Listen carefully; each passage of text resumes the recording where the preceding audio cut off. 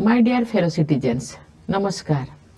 My heartiest greetings to all of you on the eve of the 75th Republic Day. My heart is filled with pride when I look back and see how far we have traveled despite adversities.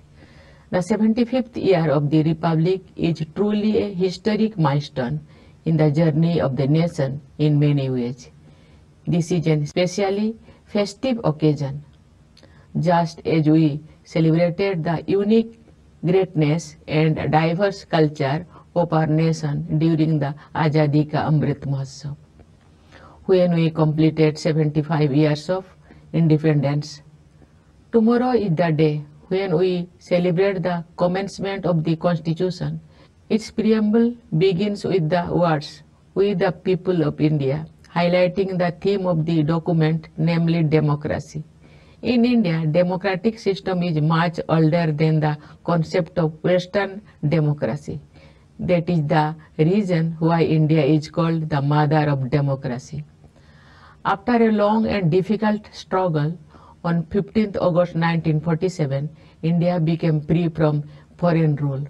Yet, the task of framing the principles and processes that would govern the country and unleash its true potential was still a work in progress. The Constituent Assembly spent nearly 3 years holding detailed discussions on all aspects of governance and produced the great founding document of our nation, the Constitution of India. Today, the nation gratefully remembers the leaders as well as the officials who contributed to the framing of our splendid and inspiring Constitution. The nation is in the early years of Amrit Kal, the period leading to the centenary of independence. This is the time of an epochal transformation. We are given a golden opportunity to take the country to new heights. Contribution from every citizen will be crucial to achieve our goals. For this, I will appeal to all my fellow citizens to abide by our fundamental duties enshrined in the Constitution. These duties are essential obligations of every citizen towards making Bharat a developed nation when it completes 100 years of independence. Here I think of Mahatma Gandhi, who had rightly said, "No people have risen who thought only of rights, only those did so who thought of duties." My dear fellow citizens, Republic Day is an occasion to recall our foundational values and principles. When we contemplate any one of them, we are naturally guided to the rest. Democracy implies diversity of culture, beliefs, and practices. Celebrating diversity implies equality, which is upheld by justice. Freedom is what makes it all possible. The totality of these values or principles is what makes us Indian. Guided by the sagacity of Dr. B.R. Ambedkar, the spirit of the Constitution, imbued with these foundational values and principles, has led us invariably on the path of social justice to put an end to all kinds of discrimination. I would like to mention here that the celebration of the birth centenary of a tireless champion of social justice, Sri Karpuri Thakurji, concluded yesterday. Karpuriji was one of the greatest advocates of backward classes who dedicated his life for their welfare. His life was a message. I pay my tribute to Karpuriji for enriching public life through his contributions. The ethos of our republic brings together more than 1.4 billion of us to live as one family. For this largest family in the world, coexistence is not an imposition of geography, but a source of happiness, which finds expression in our Republic Day celebrations. Earlier this week, we witnessed the historic consecration ceremony of the idol of Prabhu Sri Ram in the glorious new temple constructed at his birthplace in Ajodhya. When this event will be seen in the wider perspective, the future historians will consider it a landmark in India's continued rediscovery of its civilizational heritage. The construction of the temple commenced after the due judicial process and the decision of the highest court of the land. Now, it stands as a grand edifice, giving a befitting expression not only of people's faith, but also as a testament to people's enormous trust in judicial process. My dear fellow citizens, our national festivals are momentous occasions when we together look back and look ahead. If we look at the year since the last Republic Day, there is much to be pleased about. The successful organizing of the Group of 20 summit in the capital under India's presidency was an unprecedented achievement. What was all the more noteworthy was the way the people were involved in the G20 events. The ideas and inputs traveled not downwards from the top, but upwards from the bottom.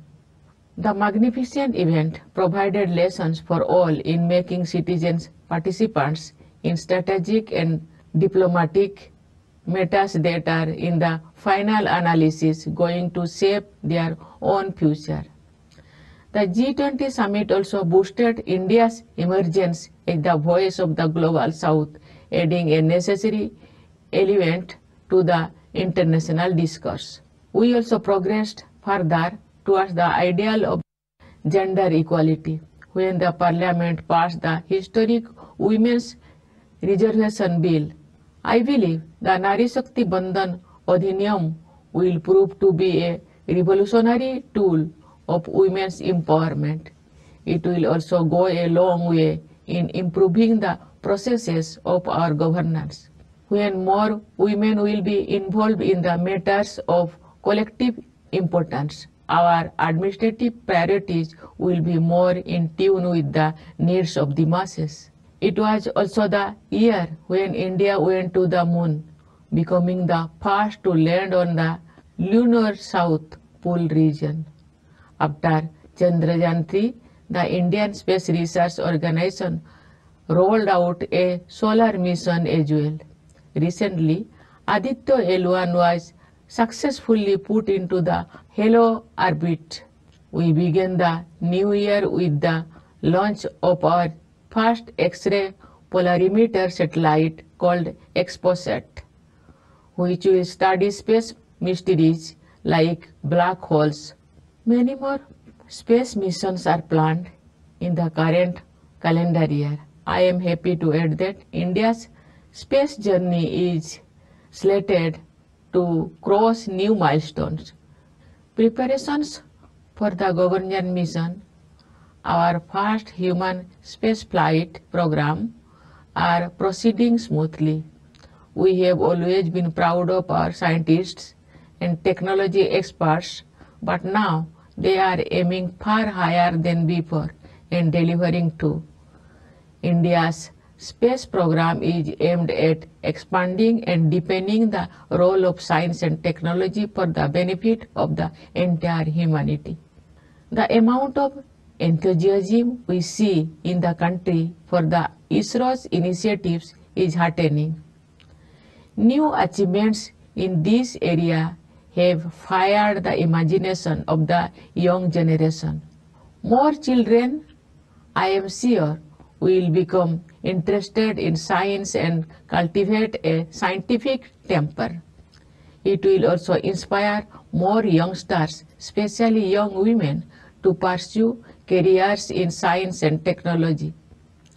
My dear fellow citizens, India is moving ahead with confidence, which comes from and is also reflected by the robust health of the economy. Our GDP growth rate has remained the highest among major economies in recent years, and we have all reasons to believe that this extraordinary performance will continue in the year 2024 and beyond. What I find particularly noteworthy is that the same farsighted planning that fuels the economy has also given a push to the welfare drive to make the development inclusive in every sense of term. The government had increased the scope of schemes to provide free food to the weaker sections of society during the pandemic days. These measures were later continued to extend a helping hand to the vulnerable population to come out of that crisis. Expanding the scope of that initiative, the government has decided to provide free food grains to over 81 crore people for 5 years. This may be the biggest welfare initiative of its kind in history. Moreover, there have been a number of mission mode schemes to increase the ease of living for all citizens. From the availability of safe and adequate drinking water at home to the security of having one's own home, these are basic minimum requirements, not privileges. These matters are beyond any political or economic ideology and must be seen from a humanitarian perspective. The government has not only expanded and enhanced the welfare schemes, but it has also redefined the idea of welfare itself. It will be a proud day for us all when India becomes one of those few countries where homelessness is a rarity.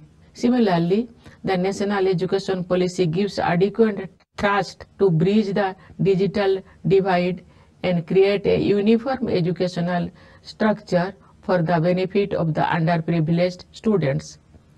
The expanding insurance cover of the Ayushman Bharat scheme aims to bring together all beneficiaries under its umbrella and provides a great reassurance to the poor and the vulnerable.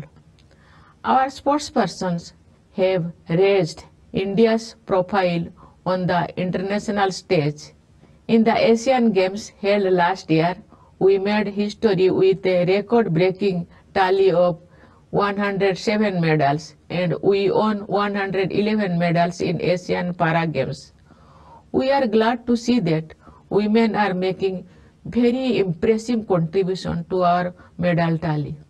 Our sports stars have inspired children to take up diverse sports and games, helping them boost their self-confidence. I am sure that our sportspersons who are infused with this new confidence will deliver an improved performance in the upcoming Paris Olympics. Dear fellow citizens, in recent times, many conflicts have emerged around the world and several parts of it have been suffering from violence. When each of the two conflicting sides believes that it is right and the other is wrong, the way out should be found in the light of reason. Unfortunately, instead of reason, fears and prejudices have fueled passions, leading to relentless violence. There have been a series of humanitarian tragedies on a large scale, and we feel aggrieved over the human suffering. In such times, we recall Lord Buddha's words, Nahi verena verani samantidha kudachanam oberen cho samanti eso dhamma sanantana. It means not at any time are enmities appeased here through enmity, but they are appeased through non-enmity. This is the eternal law. From Bardhaman Mahavir and Samrat Ashok to the father of the nation Mahatma Gandhi, India has time and again shown that non-violence is not just an ideal that may be difficult to achieve, but it is a distinct possibility. In fact, it is a lived reality for many. Let us hope that the regions embroiled in conflicts will find a peaceful way to resolve conflicts and bring about peace.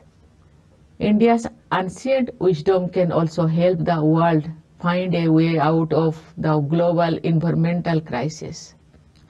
I am glad to see India at the forefront of promoting renewable sources of energy and taking a leadership position in global climate action.